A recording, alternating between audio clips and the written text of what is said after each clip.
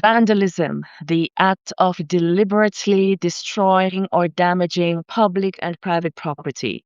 Theft, the action of crime or crime of stealing. These two issues are at the forefront of this webinar being hosted by the Office of Utilities Regulation here in Jamaica, entitled Utilities, Vandalism, and Theft, the Real Cost. Good morning, good afternoon, good evening, good night, wherever in the world you are joining us for this important discussion. Welcome. I am Elizabeth Bennett Marsh, the Public Education Specialist at the Office of Utilities Regulation in Jamaica. This issue of vandalism and theft is not new to the utilities sector here, but it is not going away. It is not waning. Over the past year, and as recently as after Hurricane Melissa, which destroyed sections of our island in October, we've seen just how damaging vandalism and theft can be to Jamaica's utility networks. When electricity materials are taken or destroyed, water system damaged, fiber cables stolen, is not just equipment that's lost. What's affected is people's daily lives, businesses trying to reopen, and communities waiting for essential services to return.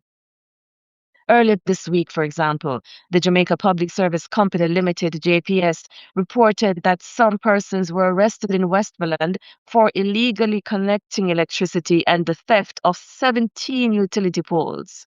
In December 2025, the Jamaica Constabulary Force announced that a taxi operator was charged after he was allegedly caught stealing telecommunications cable wires in a manhole or from a manhole in Monique in St. Anne. And in December as well, the National Water Commission, NWC, condemned the rising incidence of illegal connections and deliberate valve tampering that crippled the water supply in Alligator Pond in St. Elizabeth. And I could go on. These issues are unfortunately not unique.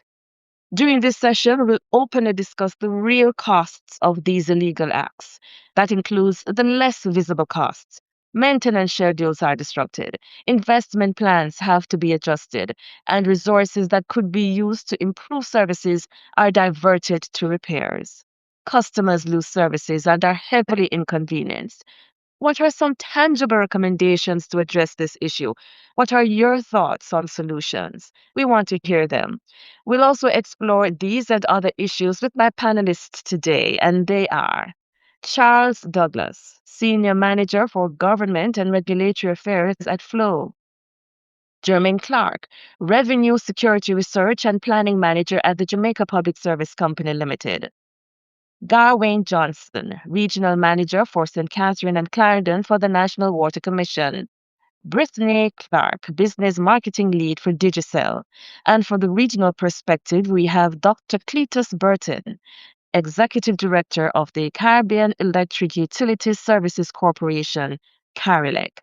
Welcome to you all, panelists.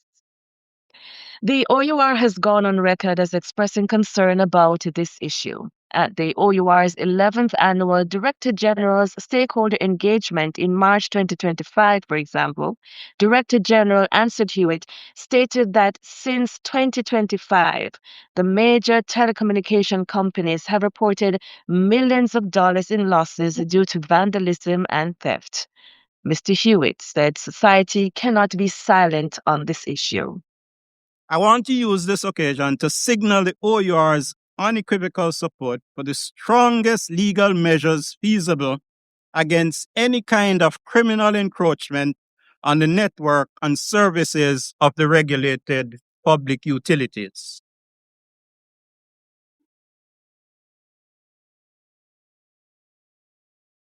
It must be recognized and noised abroad that these are costs that the society can no longer bear.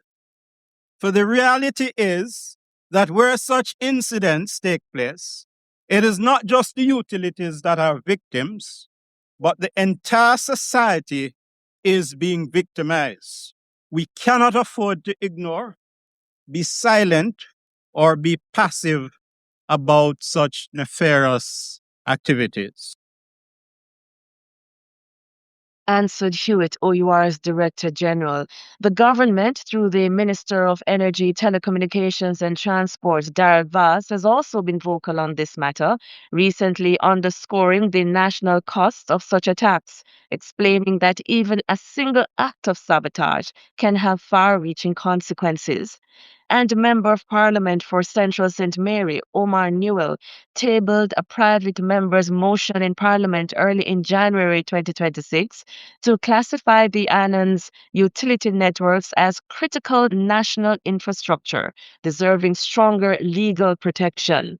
The motion seeks to overhaul how the country treats electricity, telecommunications, and water systems, as Mr. Newell argued that repeated acts of theft, vandalism, and sabotage now pose serious risks to public safety, national security, and economic stability.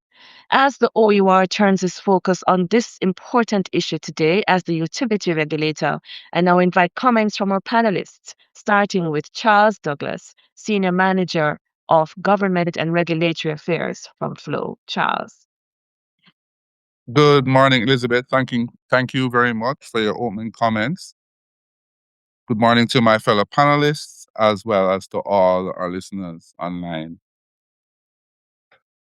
I'd like to reaffirm Flow's commitment to the telecommunications industry and its drive for continued investment and expansion across the island. This topic, it really matters to us, as you've outlined, and we appreciate OUR for hosting it. Utilities, be it in the telecommunication sector, electricity sector, or water sector, really underpins daily life, and telecom failures ripple across the entire society, and it has implications for our national resilience.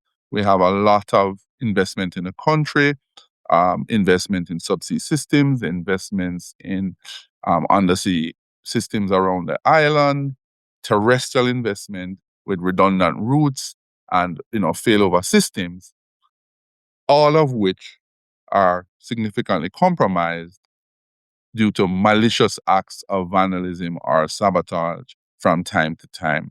And so it matters to us for the listening public, what are some of the things that are subjects of vandalism within the organization? People steal batteries, they steal generators, they steal fuel.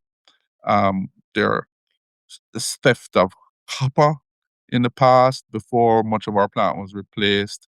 Now we have attendant fiber cuts, and the list goes on. These are intentional adverse actions against the network, coupled with maybe carelessness of accidents or other, high vehicles which may disrupt or tear down the aerial fiber from time to time. So there are a number of things that cause outages, and it really has implications.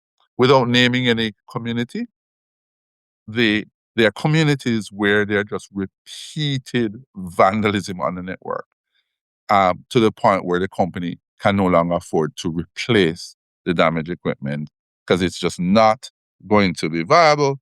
And that is a significant consequence to those communities and the persons who live in those communities. They're literally being kept captive by these vandals. As was outlined by our moderator, these outages, they affect emergency services, they affect schools, hospitals, the ability for people to do online programs, get help when they need it. And it causes a general lack of confidence. Some people have to have multiple sources of supply in an effort to sort of mitigate if they really need the uptime because of vandals. They can't be sure if the network will be there, and that's not good at all. So there are the visible costs, of course. People take lengths and lengths of fiber or copper, and they have to be replaced. You have to get security, you have to put systems, alarms, cameras, whatever. Again, won't go into the detail of the security mitigating steps, whether private security, collaborating with the police. Millions of US dollars are spent annually trying to alleviate this problem, and it remains a challenge. Other unseen costs, those are the known costs, but other unseen costs, they are costs to the businesses, they are business opportunity, as I said, interrupted learning, emergencies, reduced trust. Many times you have to give back rebates to customers because of the service outages, and it has implications again for the viability of the organization.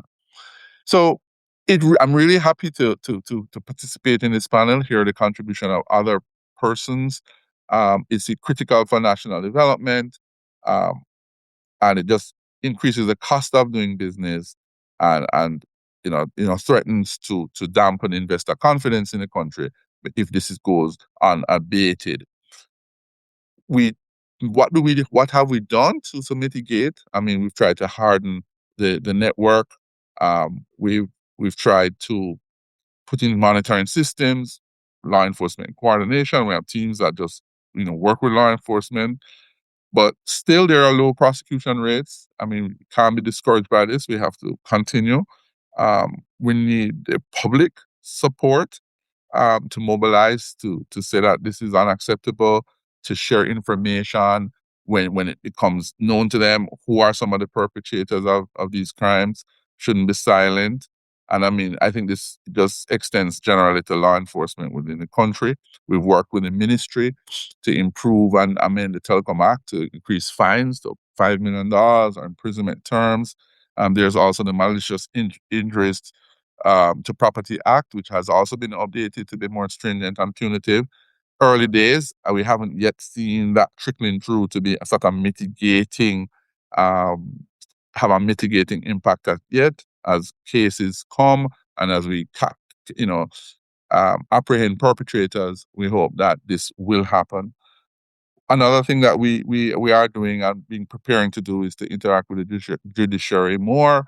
We need to explain to them more, have opportunities to present to them workshops to help them to understand the implications. It's not just a fire that costs, 50,000 US to replace, or depending on the extent of the damage. It's not just, $2 million in US. It's all the unseen costs that flow from that, which really hampers the country and, hinders the digital transformation and the benefits, having made investments, the benefits that we want to accrue to the country. So regulators do have a role that we are for hosting this, that to give it visibility, to keep the topic moot, to sway public opinion, and utilities are so critical that yes, people will understand in the first instance when something happens, but they really want their services to be restored shortly thereafter and understandably. So there can be a level of frustration and impatience,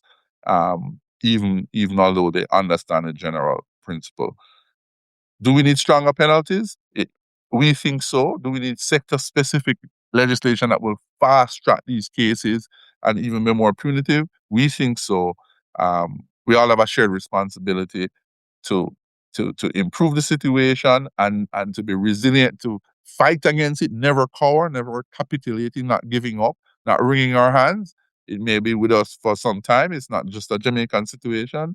Worldwide there is a challenge with similar attacks to public networks, but we need to be steadfast. Unity between the utilities, the government, and the communities, so to show that the national infrastructure belongs to every Jamaican.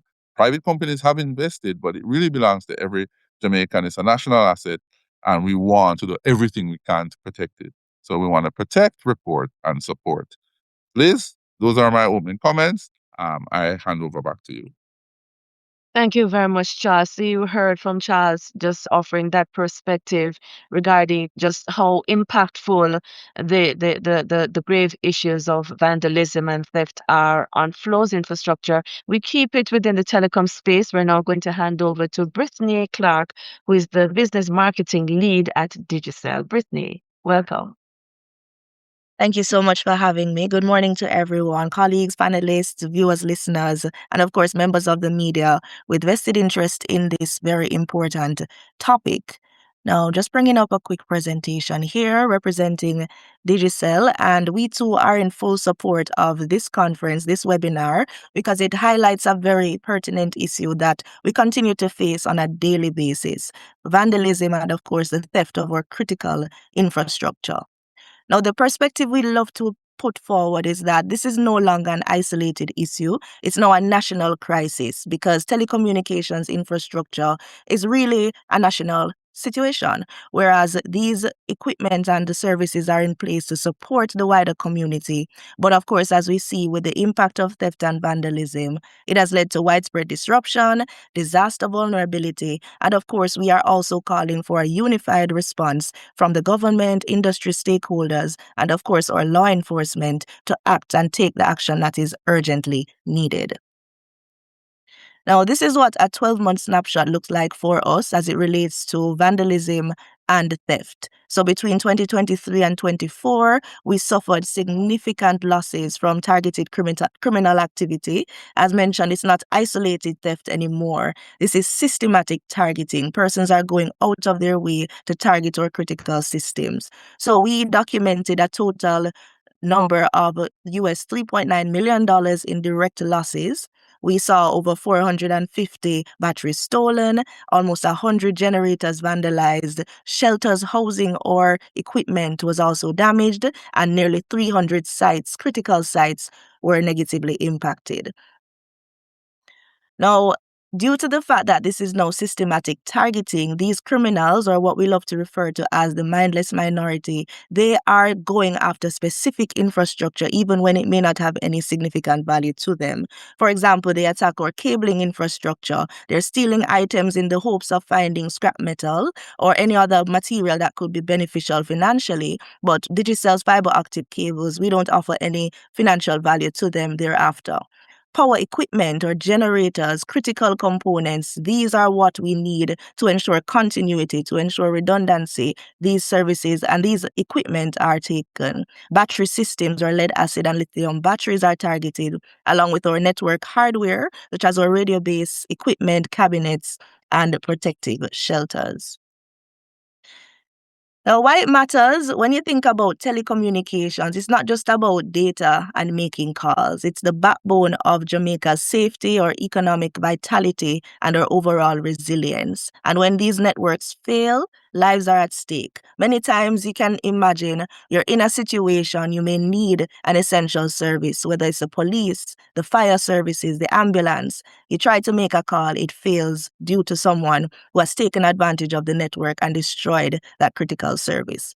So we see where there's a threat to public safety and emergency communications. Businesses are impacted. The telecoms framework is essential for carrying out certain transactions and just ensuring stable connectivity to keep business uptime going.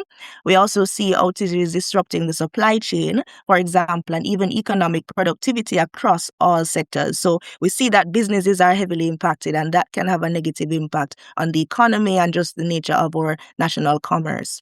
Again, we have national resilience is also affected because when times of disaster arise, as we saw with Hurricane Melissa, we need the services to come so that we can deploy emergency response.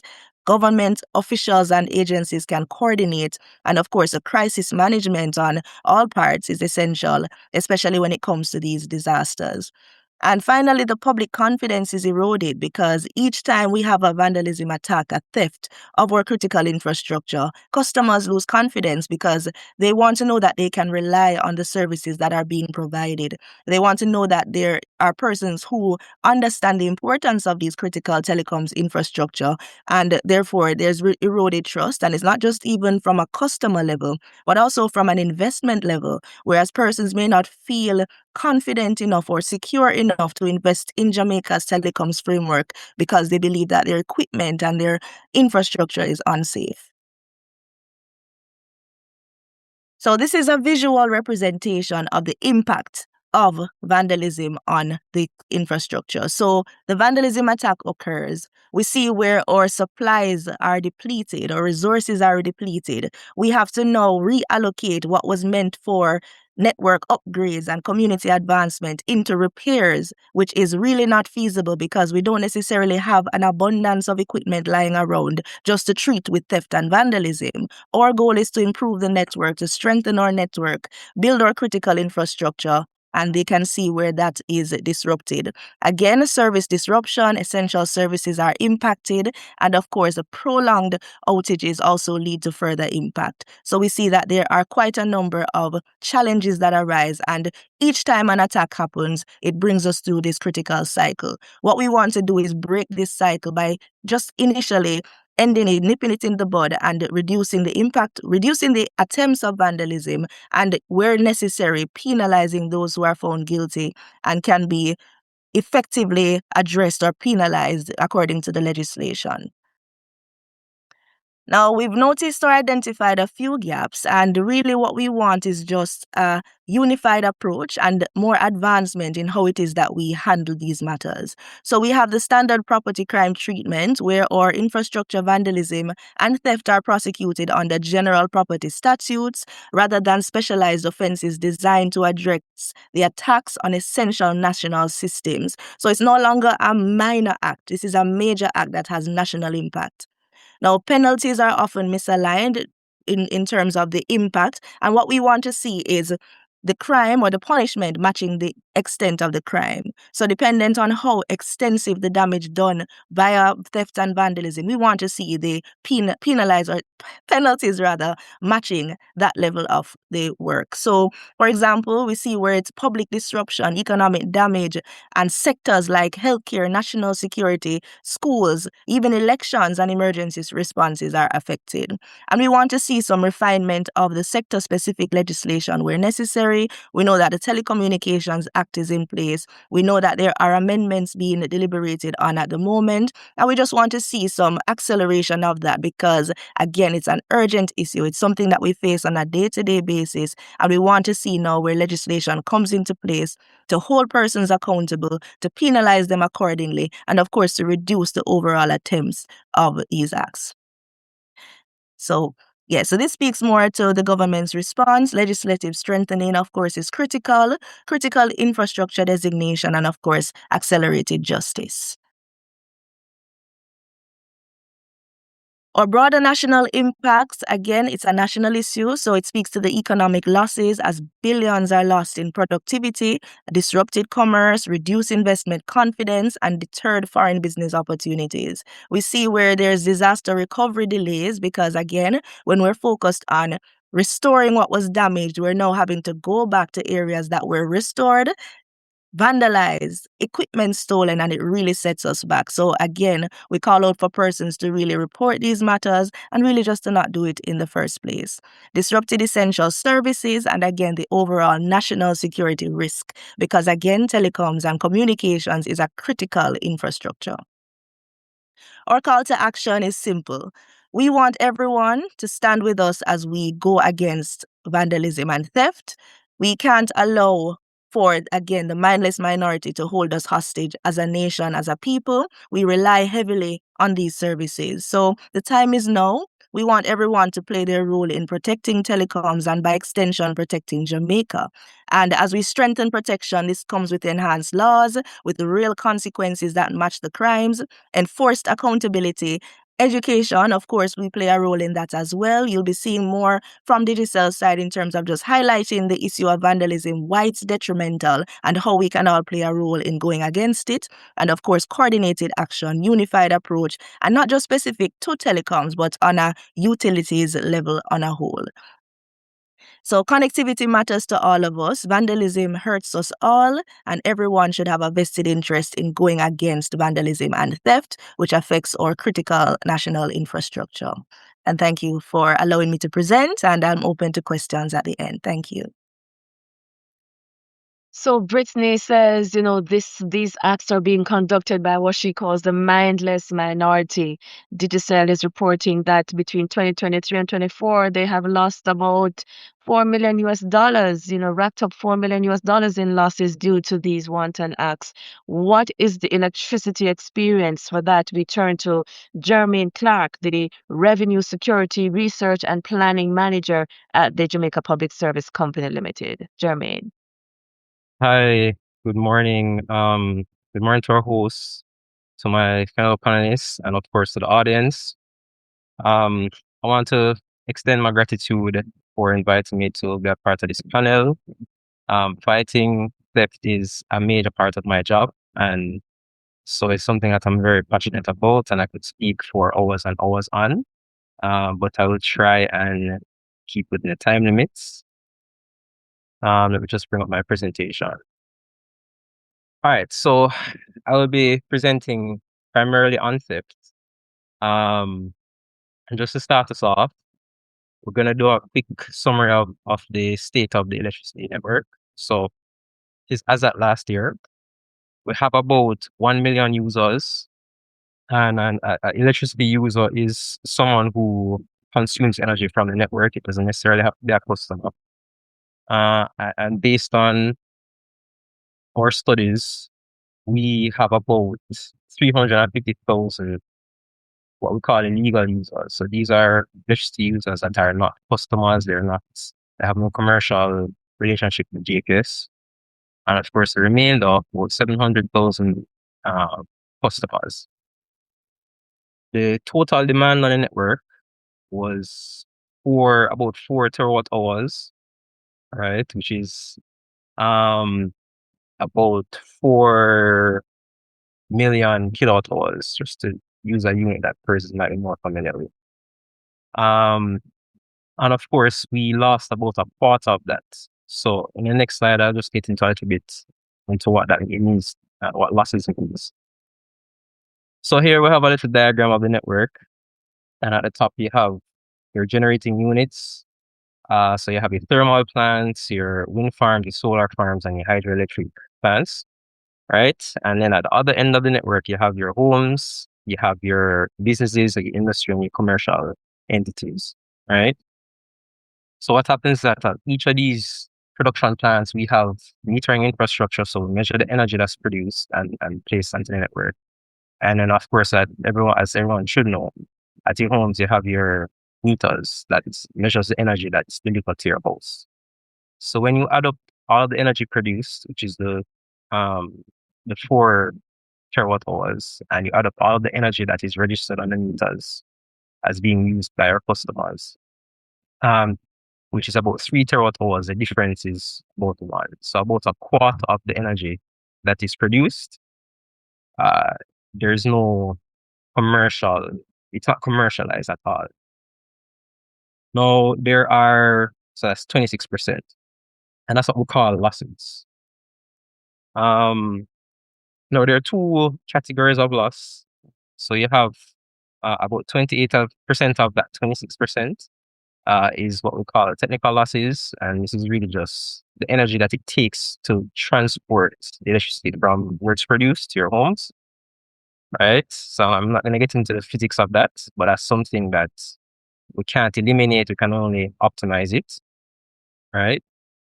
And then the other side of things, which is the part of it that's more interesting to this discussion, is the non-technical losses.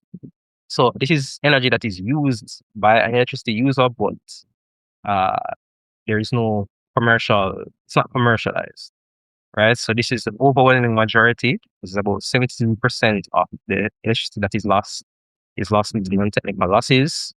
And that is about 19% of the energy that is generated, or 1/5. And most of that, 96% of that, is due to theft. All right. So just to summarize, about 19% of the electricity that is generated is lost due to electricity theft. And how that theft occurs is very smooth. So one, you can bypass the meter. So what that means is that energy flows around the meter, and so it's not measured by the meter. So we can't account for it.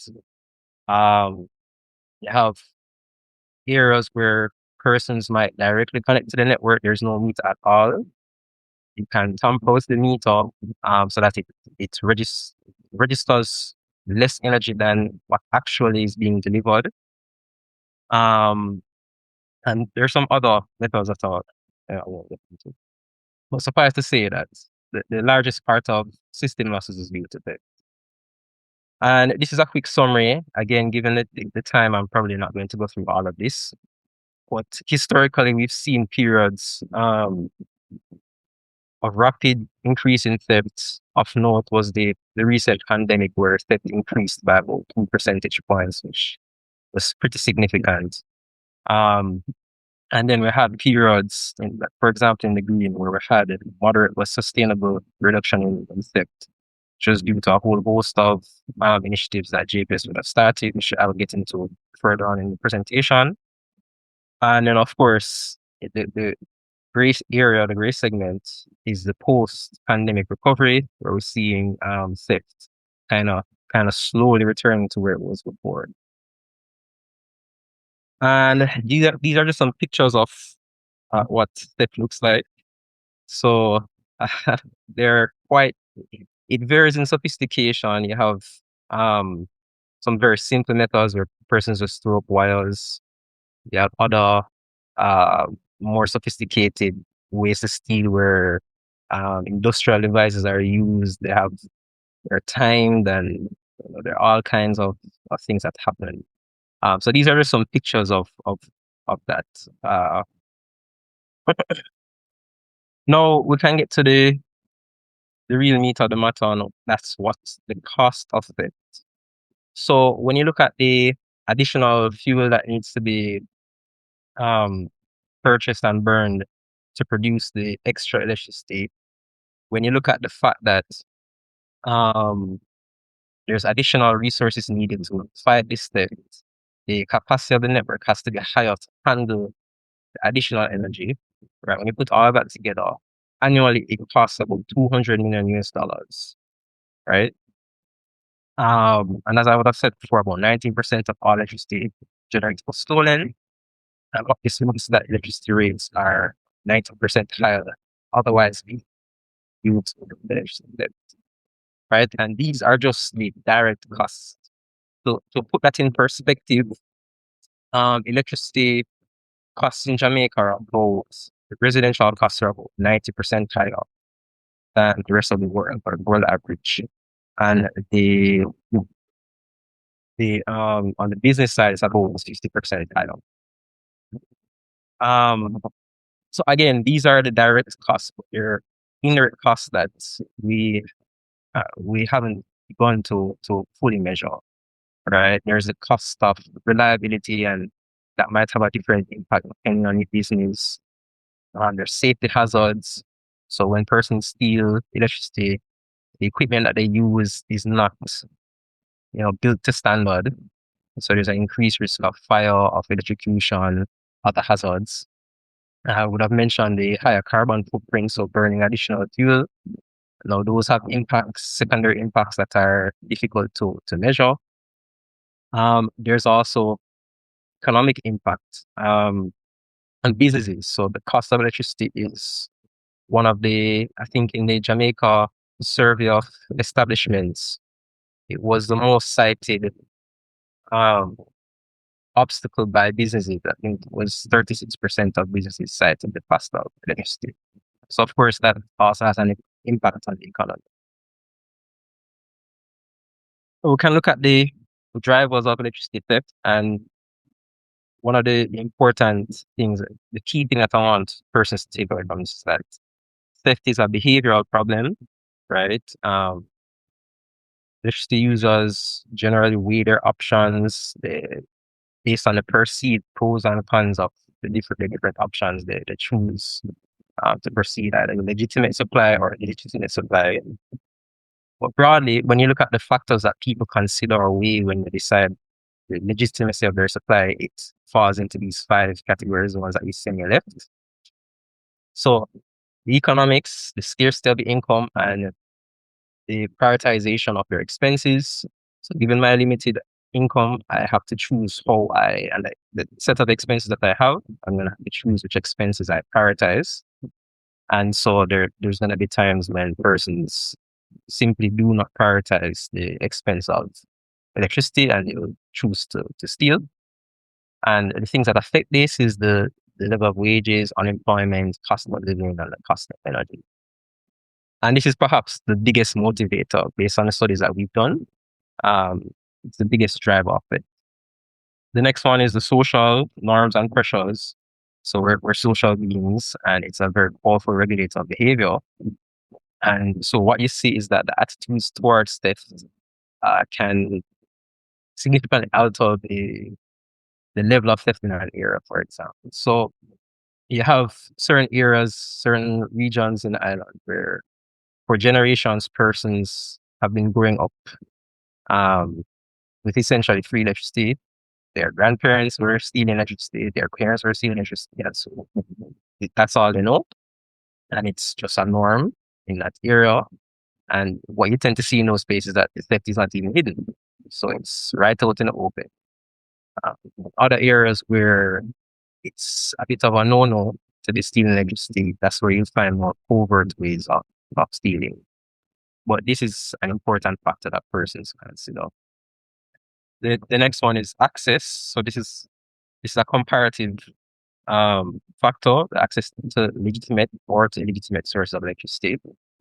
So when looking at how the legitimacy, I'm going to say, how easy is it for me to get the legitimate supply and how easy is it for me to get illegitimate supply? And on the legitimate side of things, one of the big barriers that we're seeing is wiring and certification. So as a legal requirement before JPS can provide service, the house, the premise must be wired by a certified electrician, and it must be certified as safe and ready to receive supply by the GER, Government Electrical Regulator. And the cost for this is, for the simplest wiring, it's about in the region of $1,000 US. So you can imagine that it's a pretty big barrier for persons don't have the means to certify their homes. The next side of thing is the network coverage. So we are governed by engineering standards. There's a maximum distance that we can run our service wires from a utility pole. And so what that means is that there's going to be areas of the island that are outside of our network coverage. And so even if all other factors are good, if you're outside of network coverage, you don't have access to legitimate supply, you are more inclined to seek illegitimate supply. So on the illegitimate side of things, one of the biggest factors is how easy it is to access the network. And for most areas, the conductors they're open, they're readily accessible, they're right outside. The access to the paraphernalia, so that's the wires, the different devices that you can use to help you to obtain a legitimate supply and expertise. And of course, those things are readily available. And then the other factor is detection. So the perceived chance of getting caught affects how willing you are to steal electricity.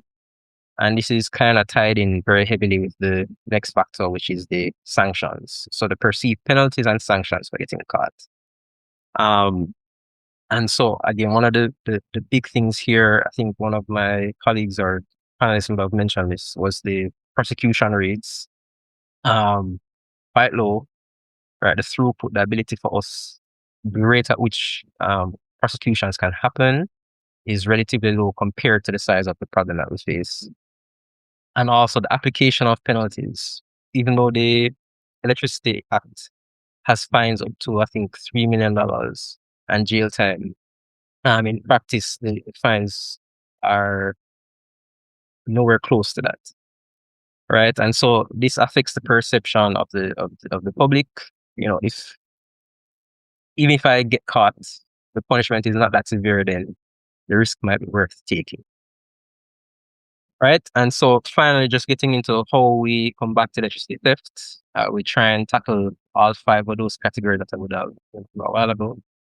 On the economic side, we try to we have campaigns where we try to teach persons how to conserve, and manage the cost of their electricity. We have prepaid metering solutions so that, again, just to help persons manage their consumption and costs. We have entrepreneurship training and other people have job fairs and so on, try to get persons employed. And this is also part of our community renewal program, where we try to build goodwill in communities and to give people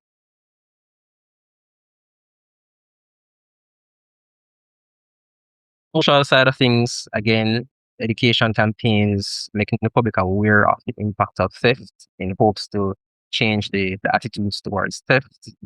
On the punishment side of things, we've been lobbying for stricter application of the laws, and as well as for stricter laws, and also lobbying for a dedicated utility court, um, perhaps with summary judgments, just in an effort to kind of speed up the process.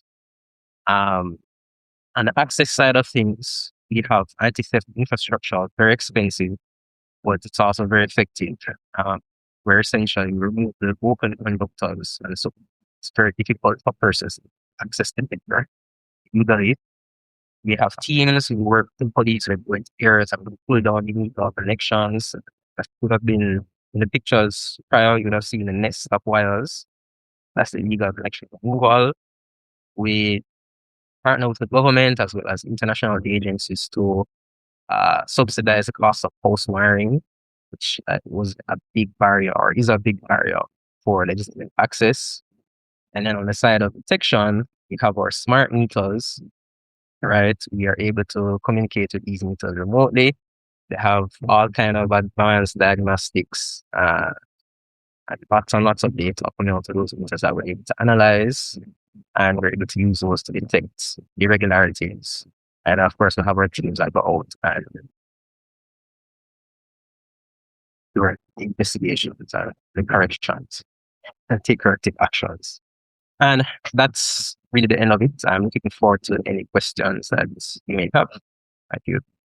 Thank you very much, Jermaine. Again, it's similar to Digicel. You're hearing some startling statistics. Digicel is saying 35% of its electricity that is generating, it's not getting an income for because persons have no contract with the JPS. I think that's a nice way of saying that there's illegal abstraction or theft of electricity supply. Jermaine also showed us some startling images as to how creative persons can be in terms of stealing of the services. For the National Water Commission perspective, we now turn to Gawain Johnson, who is the regional manager for St. Catherine and Clarendon. Gawain, Good morning, everyone. good morning. Again, I must thank the OUR for this medium to bring to the attention of the wider public the issue of vandalism or any other topical challenges that affect the utility sector in general. I must also thank the acting president, Mr. Kevin Carr, acting vice president, Mr. Herman Fagan, acting corporate communication manager, Mr. Delano Williams, my commercial analyst, Ms. Chevanese Eniva, and my admin assistant, Ms. Monique Woodfine, and the general NWC family and my regional team. Let me get started in this presentation of vandalism, the impact of vandalism on the National Water Commission infrastructure, mitigating initiatives, and recommendation for collaborative solution. The unseen crisis. Vandalism is an unseen crisis at the National Water Commission. Definitions of terms. Vandalism, the intentional, willful, or malicious destruction, defacement, and or damage of public or private property without the consent of the owner. Threats, an intentional, unintentional, or natural event action or situation that has the potential to cause disruption, destruction to critical infrastructure, including electricity grid, water system, or gas pipeline. And as we have the telecom person and this platform, it also affects telecom. Economic hemorrhaging. Economic hemorrhaging refers to the rapid, uncontrolled loss of financial resources, capital, or economic stability, often caused by crisis, unstable debt, or severe policy management. Internet of Things. The Internet of Things refers to a network of physical devices, vehicles, appliances, or other physical objects that are embedded with sensors, software, or network connectivity, allowing them to collect or share data. Introduction: the unseen crisis. Scale of operation. With more than 12,000 kilometers of pipeline connecting them, the NWC oversees more than 1,000 water supply systems and 1,100 sewage facilities throughout Jamaica. The threat: vandalism is a silent saboteur that the NWC must deal with, in addition to problems of aged pipes and drought. The stake: this is more than just property damage.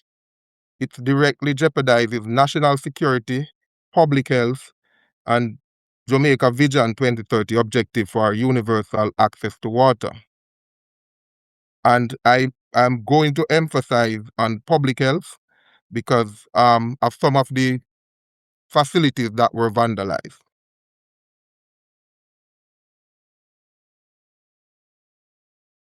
The impact more than just broken pipes.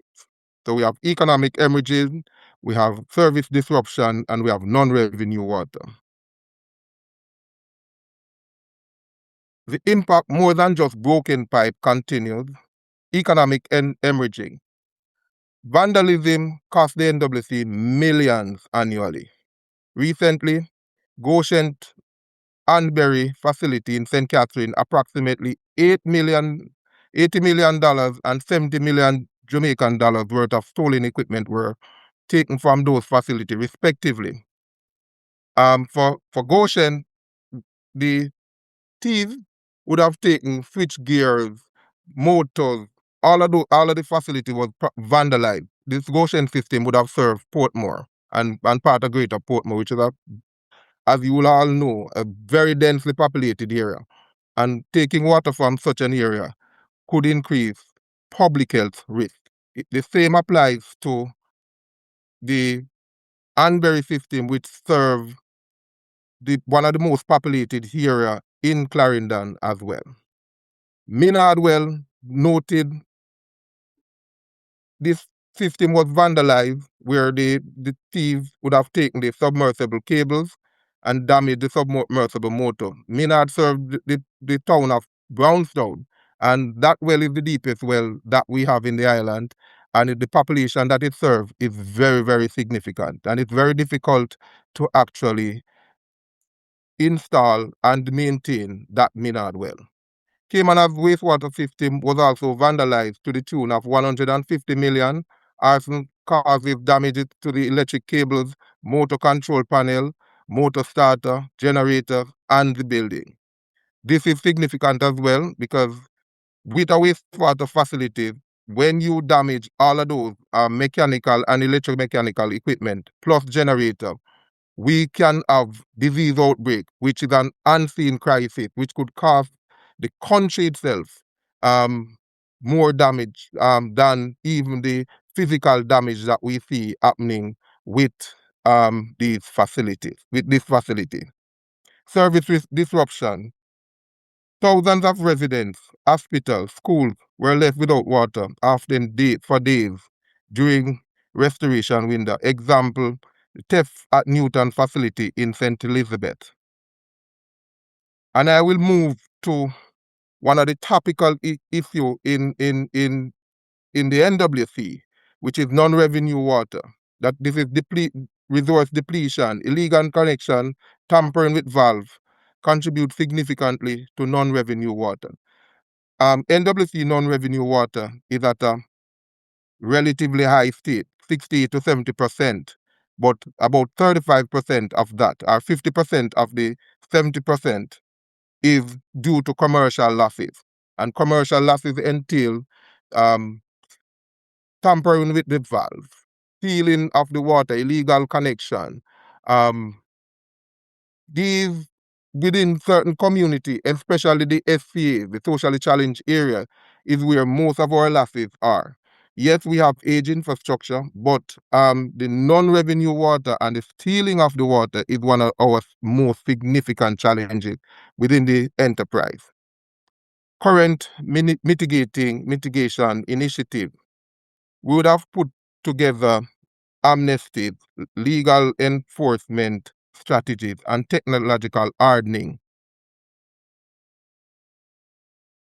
Current mitigation initiative continue.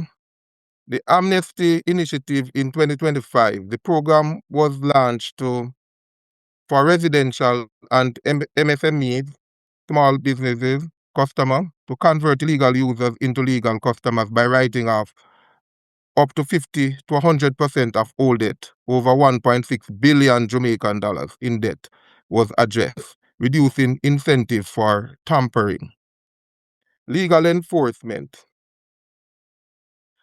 Aggressive prosecution under the Public Utilities Act concerning trespassing on the work of NWC need to be pursued with some rigor. Technological hardening, transition from metal to plastic meters, the deal meters. We used to have a number of our meters being just taken out from our customers overnight. Since the installation of the deal meter, which is plastic, we have seen a significant drop in stolen meters. JPS would have used insulated wires for some of our facilities, like Tuller Spring, but still we have persons in other areas having what we call tropes on our facilities. This in itself would have caused a significant loss in revenue for the NWC. When we have the tropes on some of our patents, what happened is that we have single phase and these facilities cannot run for sometimes 6 hours. We would have done some calculation on the Eastern networks, and over a 1-year period, the NWC would have lost 6 hours per day on average, and that in the tune of, in terms of revenue loss, about $2 billion. Installation of electrical fence at facility, example Goshen.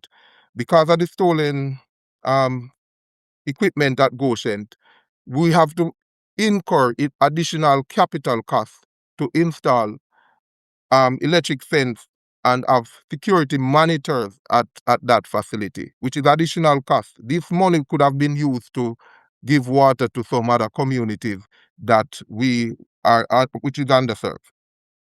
We can also use this SCADA as one of our technological hardening, where we use real-time alert monitoring to synchronize with our rapid response team. This is what happened, and this is what is happening now at the Goshen system. Recommendation for collaborative solution. From the reaction to prevention, strategy, stakeholder alliance, utility shield partnership, community-based stewardship, legislative reform, smart monitoring, IoTs. Utility shield partnership, collaborative with JPS, Digicel, Flow to share security intelligence and to create joint rapid response team for IRIS infrastructure zone. That can work. Community-based stewardship, establish facility adoption program where the local community or community development committee CDC serve as eyes on the ground. Legislative reform, encourage the Scrap Metal Act to impose harsher penalties on those who buy, utility grade material such as brass, copper, valve without verified origin. Smart monitoring. Install inexpensive vibration sensors and smart manhole covers that notify central command centers as soon as facilities compromise. Conclusion. A shared responsibility. Summary. Vandalism is an assault on every Jamaican right to clean water. Final thought. 12,000 kilometers of pipe cannot be policed by NWC alone. The Commission, the law, the community must work together to achieve the true resilience. Call to action. If you see something, say something. A dry tap tomorrow and can be avoided by reporting a tampered valve today. Thank you. Any question? Thank you very much, Garwin Johnson from the National Water Commission. So, ladies and gentlemen, we're hearing the utilities with one voice saying we really need a more unified effort in cauterizing, if not eliminating, the dastardly acts of vandalism and theft. For a regional perspective now, we go to Dr. Cletus Burton, and he is the Caribbean Electric Utility Service Corporation Executive Director, and he's based in St. Lucia. Dr. Burton, welcome. Hi, good morning. Thanks for having me. A pleasant good morning to you, my colleague panelists, and to your listening and viewing audience. I must say that a lot of time can be saved from my presentation because there's so many overlaps from what we've heard before. So I may very well, with your kind permission, moderator, maybe just show the first 5 slides in the interest of time and share the others for the record because it will be somewhat repetitive. But I think the main thing I want to lynch on is my colleague from JPS's presentation, explaining the nature of non-technical losses in the context of electric utilities. And so if I could now just share my screen with the presentation for context, I will just speak a little bit about what Carelec is, just for the benefit of your audience who may not be aware. There is an association of electric utilities that includes membership of JPS and all of the other utilities in the Caribbean region. We have 32 electric utility members across the English, French, Dutch, and some Spanish-speaking Caribbean territories.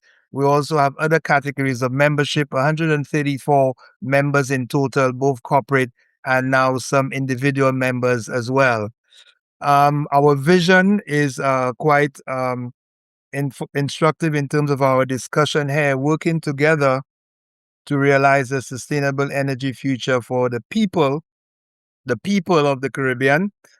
And our mission really focuses on empowering our members to achieve more, and we facilitate access to business solutions, knowledge sharing through conferences, webinars such as this, and advocacy on public policy and regulation, and also mutual assistance, especially in time of disaster recovery. It would be remiss of me not to mention the almost 200 line workers from across the region that have been deployed to Jamaica for post-Melissa disaster restoration, a total of almost 20 electric utilities in Jamaica represented by line workers assisting in the restoration. And it actually has significant relevance for our topic here today. And so when we talk about the regional trends and impacts of vandalism, it's not a phenomenon, unfortunately, unique to Jamaica. We see it across the region, and we do have a measurement for this. As my colleague from JPS mentioned, it's called, and from the water sector, non-technical losses that we capture in our quarterly and annual surveys across utilities. And just to give you an anonymized data set of what that looks like across the member utilities. So in terms of percentage, non-technical losses, an anonymized graph, and there's a reason for the negative percentage in some instances. We won't go into that for purposes of our discussion this morning. But you see the highest bar graph there is in the region of 20% or approaching 20% as the second highest. And so you may ask yourself the question, what does that mean in terms of real cost? So let's just use some figures, presumably hypothetical figures, as I'm not attaching any particular utility name to those figures. For the record, let me be clear on this. But let's just say your generation figures look something like this. What would a percentage of non-technical loss look like? So let's just say utility X has a generation cost of 715 million US dollars generation cost. And we talk about non-technical loss percentage being in the region of 20%. What does that really mean? So 20% of 715 million US dollars is 143 million US dollars, about 22 billion Jamaican dollars. And so that is part of the cost that we are talking about when we talk about non-technical losses. As again, JP's colleague explained what that is and how it's calculated. But these are the actual figures, and that's part of the cost because this is actually just the cost associated with the generation that is lost through non-technical, and it's a fancy way of saying primarily theft and vandalism. And so that is where we start off the discussion about the real cost. We're talking about 143 million US dollars in 1 year. In 1 year. 23 billion, 22 billion Jamaican dollars.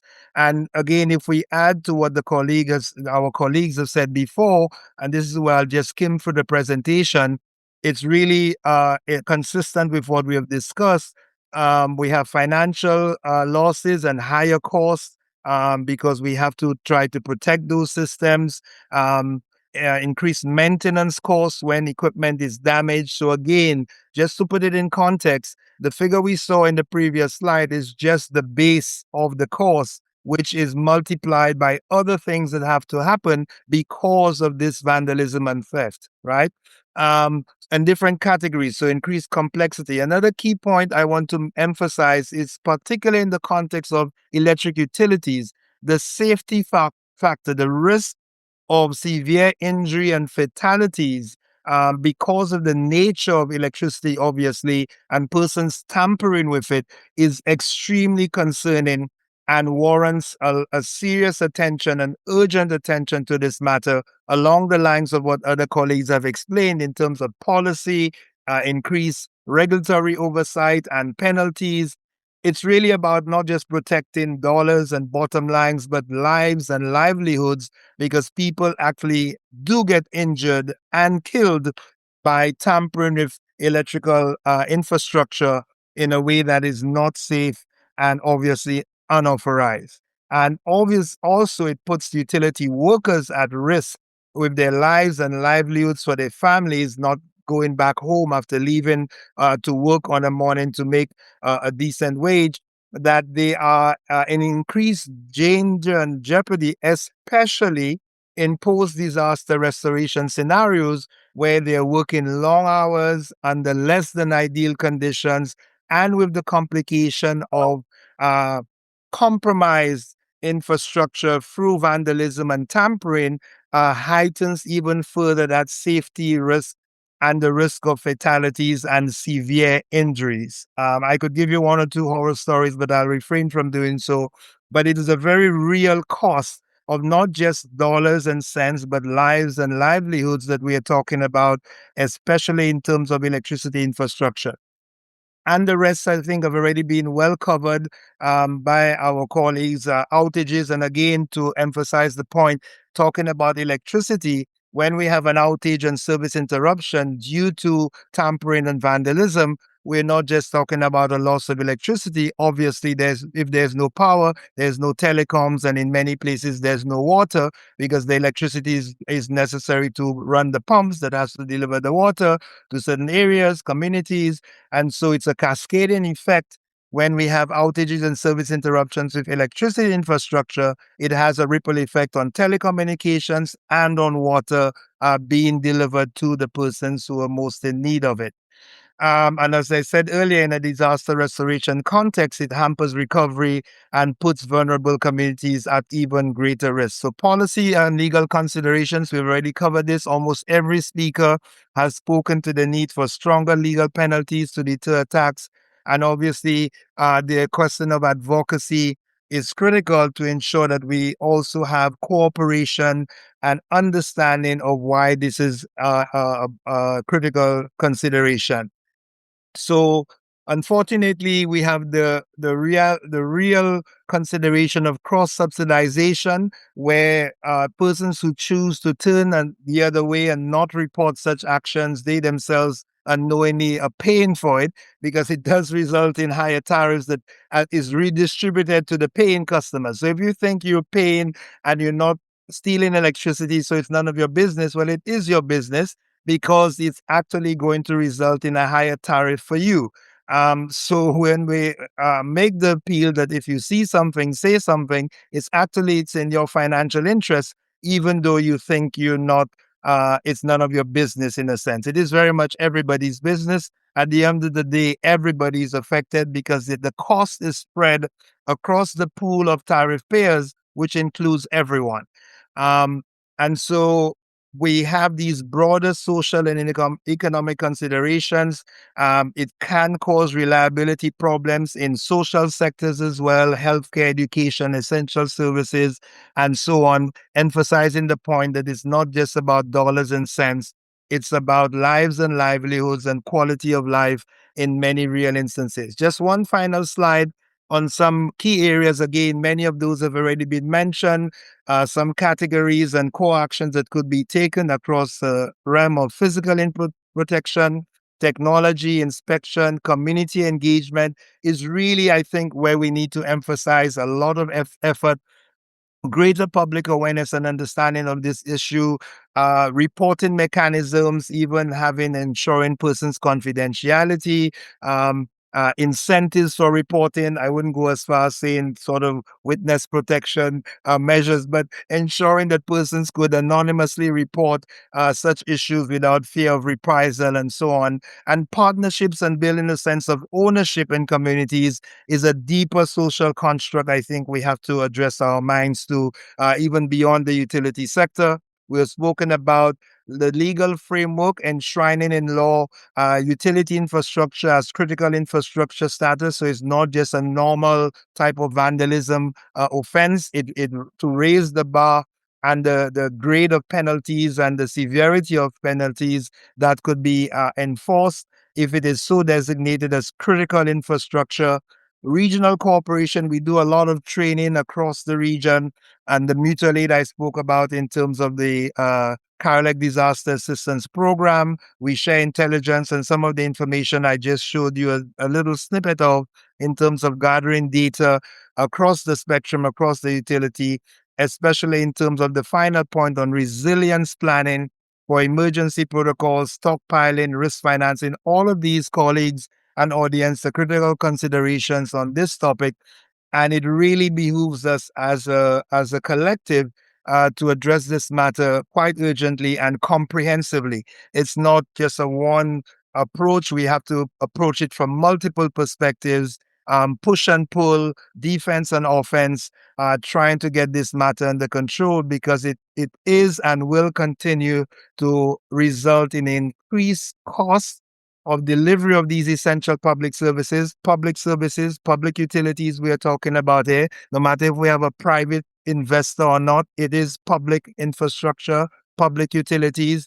And so everyone's business, I think, should be addressed to this matter. And I thank you, OUR, for arranging this webinar and allowing Carolec to make a small contribution to this dialogue, and hopefully for some action to follow in the near future. Thank you. And back to you, Master Control. Thank you so much, Cletus. Very compact, very concise, even invoking some sports terminologies to get the point across. I saw what you did there, Cletus. But I just want to probe you a bit, Cletus, as I open up the floor now for questions that persons, viewers may have. Feel free to post them either in our Facebook, Instagram, or YouTube chat sections. We're going to take them right now. But I'm going to put all my panelists on the screen, and I'm going to turn first to you, Cletus. I have two questions for you. One came from a member of the audience, but even though you anonymized the data that you presented on the screen just now, can you identify any country in the region which has had somewhat of a success in cauterizing incidents of vandalism and theft? And I know I'm putting you on the spot. That's for me, right? Yes. There is a question in the chat. I could probably just speak to it before that. The Sure. 143 million Jamaican dollars, is it? And that was US dollars, actually. It was 22 billion Jamaican dollars. And that was not for Carolec as a whole. It was for the year 2024. And it is relevant to the currency that it's expressed in, if I may just leave it at that. It was expressed in that currency for a reason. So it is not for the all of Carolec, it's for one Carolec member utility. Yeah. And to your question, there are a few utilities that are undertaking. The last slide, I went through some best practices in the last slide, and this represents some of the actions that are being taken by our member utilities across the region that is seeing some measure of success. But again, as you see from the graph, it is a problem across the board, but there are some bars that are significantly higher than others. And I think the reason for us having this webinar speaks to the height of the different bars in the chart. Thank you. Thanks for that.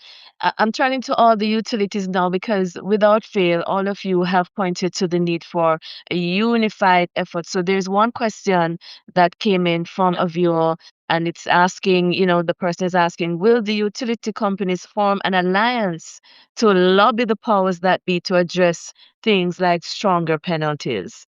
I'd love to have you weigh in on that, Charles. Let me hear from you first. Thank you very much. And that was going to be my suggestion, right? So, yeah, we ought to in Jamaica. We are doing it in different ways. And as JP said, sure, we have collaboration, but we need to do it more fully. And I think the OIA has a great opportunity to be the convener of that. Because let me give you an illustration. It's like the banks, right? Credit card fraud is huge. But banks are measured in their desire to come publicly to say how much they are affected by credit card fraud. Why? It has a direct impact on the confidence that consumers may have in the bank and their brand. So take the telecom sector. So by our joining up and having a sort of convening industry focus, it helps to keep the matter before the public and keep the authorities and the politicians also keyed in, and we get the kind of solutions we need over time. Otherwise, it will just look like you're crying wolf, wolf, wolf, and people get tone deaf. They're not responsive, and then your brand is get associated with unreliability because you keep saying that, showing all the pictures, showing all the destruction, when it's really not the case. And that is why I started by trying to assure our listeners that we are here for the long run and we continue to make massive investments. However, the matter needs to be mitigated against on a continuous basis, and then we get improvement as we go. So a coalition of all parties is going to foster that. A proper convening body, where the messages, and it's not one individual operator trying to carry their flag, is very, very desirable. Thanks, Charles. Let me hear others on that. Will the utilities form an alliance to lobby the powers that be to address things like stronger penalties? Well, I would have raised the point in my presentation about collaborative approach between the utilities. We presently with the JPS would have had WhatsApp groups to actually combat, and sometime we would have joint operation, but we wanted to go further and we would want all the utilities, as Mr. Douglas would have indicated, to have the integration to deal with the political directorate, to get the buying. So NRW is one of our major problem. The similar problem is with JPS. We call it different names. But the technical losses, the commercial losses is basically the same. When you go into communities, you'll see the choke. But the same communities will have the illegal water connection. We can have joint operations. So it's shared responsibilities. So that is the approach I would want to see going forward, where we shared the approach, the responsibilities, and the JCF should also be a part of this For sure. collab approach as well. Yeah. Any other comments on that before I ask another question? Yes. So on JPS's side of things, as so Douglas would have mentioned, I think we have informally kind of formed alliances. It's more of an ad hoc nature as needed. I can't speak to if it will happen, but I agree that it ought to happen to have some kind of formal alliance. One of our big strategies for reducing losses, especially in the more vulnerable areas, is kind of building up infrastructure. And what you find is that in these regions, it's not just electrical infrastructure that needs attention, it's other areas as well. And so our position has always been to collaborate with as many persons as is necessary to kind of attack the problem holistically, not just looking at Yeah. it from the utility side of things or from the Yeah. electric utility side of things. Okay. The minister in some comments that he made earlier, that's the Minister of Energy, Transport and Telecommunications, suggests that the issue is not widespread and that it seems to be that perpetrators for the most part are known. This now is in relation to the theft of physical equipment, fiber cables, battery, etc. Do we think there is a coordinated effort, gentlemen, lady? If I may say, Yes. I think the minister is correct, because if you think about the average listener going about their business day to day, Yes. they're just using the service, Yeah. but notwithstanding, it's significant. Yes. So it might be a particular sector. Maybe it's organized crime, maybe whatever. We don't Yeah. know it. And Yeah. as was said, it was private security. It's dangerous business in mitigating theft and vandalism as well, right? Yeah. So there's that law enforcement side to it. Yeah. But so it's when somebody knows where the infrastructure is, when somebody is strategic to cut your redundancy and the redundancy to your redundancy, Yeah. it becomes obvious that they're Mm. informed, they're experts, Yeah. and they're trying to cripple the Yeah. operations, which is a national security threat. So it's not a small issue, and the deeper you go, there are ramifications, Yes. but we shouldn't cower from addressing it. Yeah. Yes. So let me ask you, and it's my final question before we have to wrap up, unfortunately. What are these equipment, batteries, the generators, the fiber cables, what are they being used for? One member alluded to scrap metal industry, for example, but I'm pretty sure they're not all going to that industry. What are they being stolen for? Why are JPS poles being cut and taken away? What are they being used for? What are some of So, the possible reasons? so if I may, in the case of the utility infrastructure, it is not always so much a question of resale of those components, but it's actually the illegal, unauthorized use of the service. So illegal connections. So persons are actually using kilowatt hours without being connected validly, legitimately to the system. So it's really theft of the service, very impactful on the non-technical losses, even more so than vandalism or theft of the components.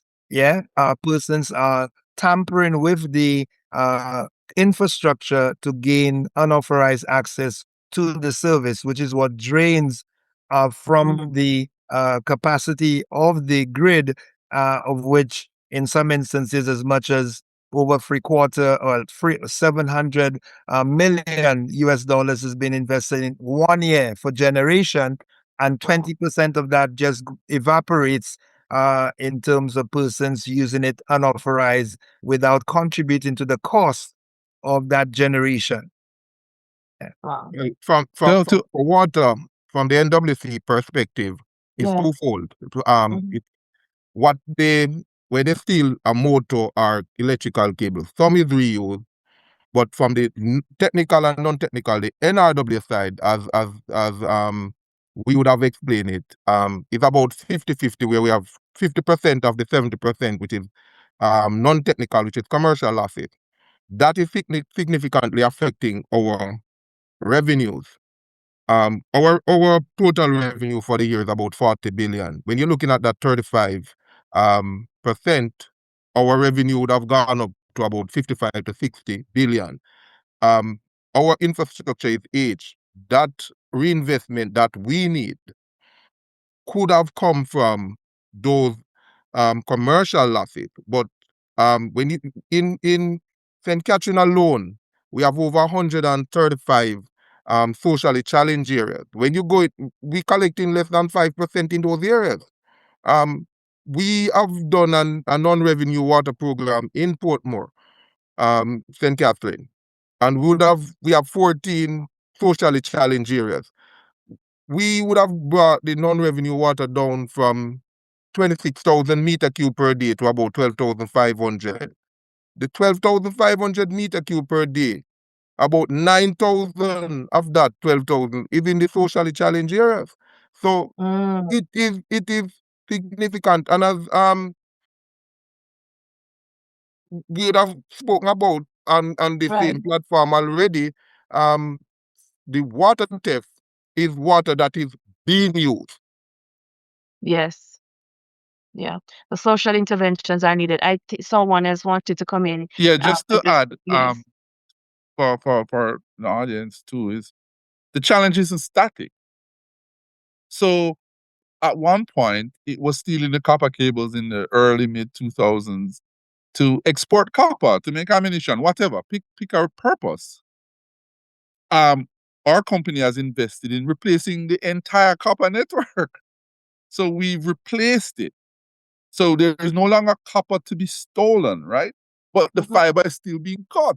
So, it transitions. The challenge is it transitions. And whether that is sabotage, right? Whether that is sabotage, it's not about reselling fiber. Yeah.